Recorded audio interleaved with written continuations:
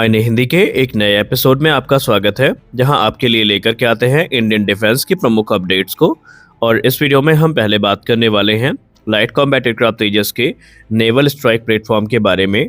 हम सब ने डिफेंस न्यूज़ के माध्यम से ये तो सुन ही रखा है कि फिलीपींस और हिंदुस्तान एरोनॉटिक्स लिमिटेड के बीच में जो बातचीत है ये चल रही है, और ये कोई अफवाह नहीं है बल्कि वाकई जो बातचीत है वो एडवांस लेवल पे है, क्योंकि फिलीपींस को इस समय ऐसे फाइटर एयरक्राफ्ट की तलाश है जो कि लाइट कॉम्बैट कैटेगरी का हो। इसके अलावा वो सभी प्रकार के जो हथियार है वो कैरी करने में सक्षम हो, और कॉस्ट के मामले में जो मॉडर्न जो मीडियम वेट कैटेगरी के एयरक्राफ्ट हैं इनके तुलना में सस्ता भी हो। तो ऐसे में सबसे बेहतरीन ऑप्शन उनके पास है लाइट कॉम्बैट एयरक्राफ्ट तेजस। और आज एक ऐसी रिपोर्ट सामने निकल के आई है जो ये चीज कंफर्म कर रही है कि हिंदुस्तान एरोनॉटिक्स लिमिटेड न सिर्फ भारतीय वायुसेना की रिक्वायरमेंट को पूरा कर रही है, बल्कि इसके साथ उन्होंने ऑलरेडी जो नेवल स्ट्राइक वेरिएंट है इस पे काम भी शुरू कर दिया है। आपको बताना चाहेंगे कि फिलीपींस एरोस्पेस डेवलपमेंट कॉर्पोरेशन और हिंदुस्तान एरोनॉटिक्स लिमिटेड इस समय डिस्कशन में एंगेज्ड है। यहाँ पर वो मैरीटाइम डिफेंस कैपेबिलिटी को ध्यान में रख करके फिलीपींस की वायुसेना के लिए लाइट कॉम्बैट एयरक्राफ्ट तेजस के एक कस्टमाइज वेरिएंट को तैयार करने पर बात कर रहे हैं। और ये एयरक्राफ्ट मार्क 1A प्लेटफॉर्म पर आधारित होगा। यहाँ पर जो मेन फोकस होगा वो नेवल स्ट्राइक मिशंस को पूरा करना होगा। इसके अलावा जितने भी तेजस के बाय डिफॉल्ट वेपन सिस्टम है ये तो फिलीपींस को ऑफर किए ही जाएंगे।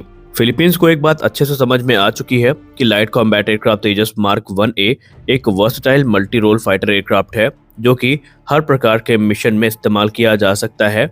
फिर चाहे एयर टू एयर कॉम्बैट की बात करें तो एयर टू एयर कॉम्बैट के लिए अभी इसमें R-73, एशरैम और पाइथन 5 जैसी मिसाइल्स हैं जो कि शॉर्ट रेंज कॉम्बैट में काफ़ी ज़्यादा इफेक्टिव मानी जाती हैं। इसके अलावा अगर हम BBR कॉम्बैट की बात करें तो इसमें डर्बी ER के बाद अस्त्र मार्क 1 का इंटीग्रेशन चल रहा है, और भविष्य में अस्त्र मार्क 2 और अस्त्र मार्क 3 भी इसके स्ट्राइक पैकेज का हिस्सा होंगी। अस्त्र मार्क 1 जहां 110 किलोमीटर तक मार करने में सक्षम है, तो अस्त्र मार्क 2 160 किलोमीटर तक मार करने में सक्षम होगी, और अस्त्र मार्क 3 300 किलोमीटर से ज्यादा दूरी तक आएगी। और अगर हम एयर टू ग्राउंड मिशन की बात करें तो यहाँ पर आपको अलग अलग प्रकार के जो वेपन सिस्टम है, जिसमें ASM हैमर हो गया, JDAMs हो गए, इसका तारा बॉम्ब हो गया, और भी दूसरे जो मिसाइल्स हैं ये देखने को मिलेंगी। लेकिन फिलीपींस को जरूरत है एक ऐसे प्लेटफॉर्म की जो कि नेवल स्ट्राइक मिशन को एग्जीक्यूट कर सके। तो वहां पर भी फिलीपींस की जो ऑपरेशनल रिक्वायरमेंट है उसको पूरा करने में तेजस कहीं से भी पीछे नहीं है। तेजस को लेने के बाद फिलीपींस की ये दिक्कतें पूरी हो सकती हैं। हालांकि एक तरफ जहां दूसरे देश इसके मैरीटाइम वेरिएंट को लेकर के इंटरेस्टेड हैं, तो फिलहाल भारतीय वायुसेना का ऐसा कोई भी प्लान नहीं है जहां पर वो इसके नेवल स्ट्राइक मिशन को इस्तेमाल करने के लिए तेजस का इस्तेमाल करे। हालांकि आपको बता दें कि यहाँ पर कुछ की इन्हेंसमेंट है जो कि अंडर कंसिडरेशन है, और जिसको लेकर के फिलीपींस और भारत के बीच में बातचीत चल रही है। फिलीपींस जैसा कि हमने बताया कि इसको as a naval strike platform इस्तेमाल करेगा, तो इसमें defence research and development organisation के द्वारा विकसित की गई नज्म SR और नज्म MR जो मिसाइल है, यानी naval antiship missile short range और naval antiship missile medium range, ये दोनों मिसाइल हमें इंटीग्रेट होती दिखाई पड़ेंगी। इसके अलावा लाइट कॉम्बैट एयरक्राफ्ट तेजस के आर्सेनल की अगर हम बात कर ही रहे हैं तो सबसे इंपॉर्टेंट जो मिसाइल होने वाली है जिसपे फिलीपींस की नजर है वो है ब्रह्मोस सुपरसोनिक क्रूज मिसाइल का नेक्स्ट जनरेशन वेरिएंट, जिसको हम ब्रह्मोस NG के नाम से जानेंगे, जो कि एक एयर लॉन्च क्रूज मिसाइल है जो कि 290 किलोमीटर से ज्यादा दूरी तक मार करने में सक्षम है। क्योंकि फिलीपींस की नजर तो वैसे प्राइमरी ब्रह्मोस पर है, लेकिन हम सब जानते हैं कि फिलीपींस के पास ऐसा कोई भी प्लेटफॉर्म नहीं है जहां पर 2.5 टन की ब्रह्मोस मिसाइल का एयर लॉन्च वेरिएंट इंटीग्रेट किया जा सके। तो ऐसे में उनकी नजर जो है ये ब्रह्मोस NG पर टिकी हुई है। ब्रह्मोस NG जो कि एयर लॉन्च क्रूज मिसाइल है, ये डुअल यूज कैपेबिलिटी के साथ में भी आती है, जिसका मतलब ये है कि फिलीपींस इसका इस्तेमाल जो लैंड बेस्ड टारगेट्स हैं वहां पर भी अटैक के लिए कर सकता है, और जो एंटीशिप मिशंस हैं उनको भी ब्रह्मोस NG की सहायता से पूरा किया जा सकता है।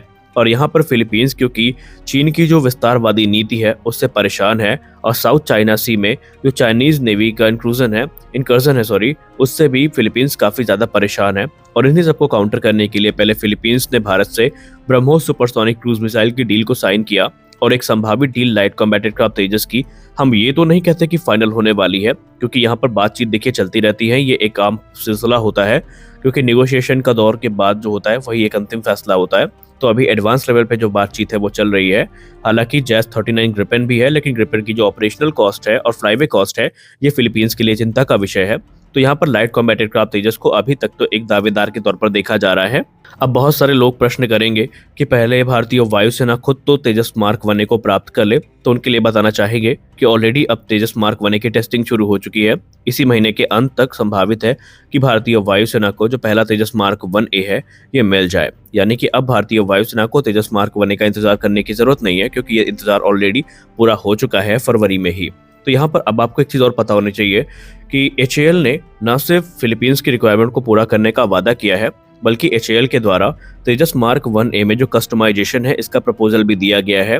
उन्होंने कहा कि मैरीटाइम एनवायरनमेंट को ध्यान में रखते हुए फिलीपींस के द्वारा जो भी इम्प्रूवमेंट्स हैं सजेस्ट करी गई, ये सभी HAL करने के लिए तैयार है। जैसे कि रेडार सिस्टम में जो इन्हेंसमेंट है वो की जाएगी, ताकि ये सी बेस्ड जो टारगेट्स हैं इनको और आसानी के साथ ट्रैक और डिटेक्ट कर सके, ताकि जो मिशंस हैं ये और भी ज़्यादा आसान हो जाए।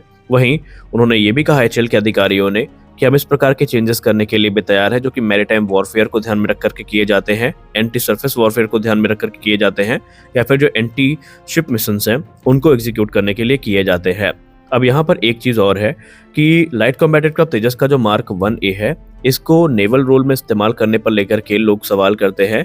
यहाँ पर आपको बताना चाहेंगे कि पहली बार नहीं है जब तेजस को मैरीटाइम मिशन में इस्तेमाल करने के लिए यूज किया जा रहा हो। आप सबको पता है कि तेजस का नेवल वेरिएंट ऑलरेडी मौजूद है, जिसको हम LCA नेवी के नाम से जानते हैं, और वो एरा गहरा एयरक्राफ्ट नहीं है। वो भारत का पहला स्वदेश निर्मित एयरक्राफ्ट है जिसने INS विक्रांत और INS विक्रमादित्य दोनों पर लैंडिंग करी हुई है। तो भारत के पास एक अच्छा खासा अनुभव भी है।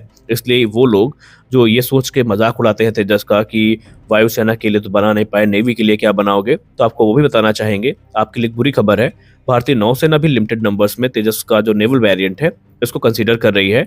यानी तकरीबन 1 से 2 स्क्वाड्रन जो है तेजस नेवी की, ये आने वाले भविष्य में भारतीय नौसेना का हिस्सा बनने वाली है, और ये बात लगभग अब तय हो चुकी है। अब एक और सवाल जो कि काफी जेन्युइन है और इस पे बात होनी चाहिए, वो ये है कि अगर हमें ऑर्डर मिल जाता है तो क्या हम इस ऑर्डर को सही समय पर पूरा कर पाएंगे। तो दोस्तों यहाँ पर इस क्वेश्चन के पीछे की जो मेन वजह होती है वो होती है जनरल इलेक्ट्रिक की इंजन डिलीवरी। तो इसको लेकर के कल की रिपोर्ट में हमने आपसे कहा है कि जनरल इलेक्ट्रिक के जो अधिकारी हैं इनके साथ बातचीत शुरू हुई है, और HAL अभी आने वाले भविष्य में कुछ ही महीनों में एक और बड़ी मीटिंग को आयोजित करने वाली है, जहां पर जनरल इलेक्ट्रिक से प्रोडक्शन को बढ़ाने की बात की जाएगी। और कुछ सोर्सेस के द्वारा ये कहा जा रहा है कि जनरल इलेक्ट्रिक ने ऑलरेडी इस पे काम शुरू कर दिया है। जो उनकी सप्लाई चेन थी अब वो रिस्टोर हो रही है, जिसका सीधा मतलब ये है कि वो तकरीबन 24 से लेकर के 30 इंजन प्रति वर्ष की दर तक अपना प्रोडक्शन बढ़ा सकते हैं। और अगर ऐसा हुआ तो HAL अपनी पूरी कैपेसिटी के साथ, जो कि तकरीबन 16 से लेकर 24 एयरक्राफ्ट प्रति वर्ष की दर तक है, उसमें एयरक्राफ्ट का निर्माण आसानी के साथ कर सकेगी। और ये न सिर्फ भारतीय वायुसेना के लिए हितकर होगा, बल्कि जो पोटेंशियल ऑर्डर्स हैं इनमें भी ये काफी बड़ी सहायता करने वाला है। तो आज के इस वीडियो में बस इतना ही। हम आशा करते हैं ये वीडियो आपको अच्छी लगी होगी। वीडियो अच्छी लगी तो वीडियो को लाइक करिए, नए हैं तो चैनल को सब्सक्राइब करिए। मिलते हैं अगले वीडियो में, तब तक के लिए जय हिंद।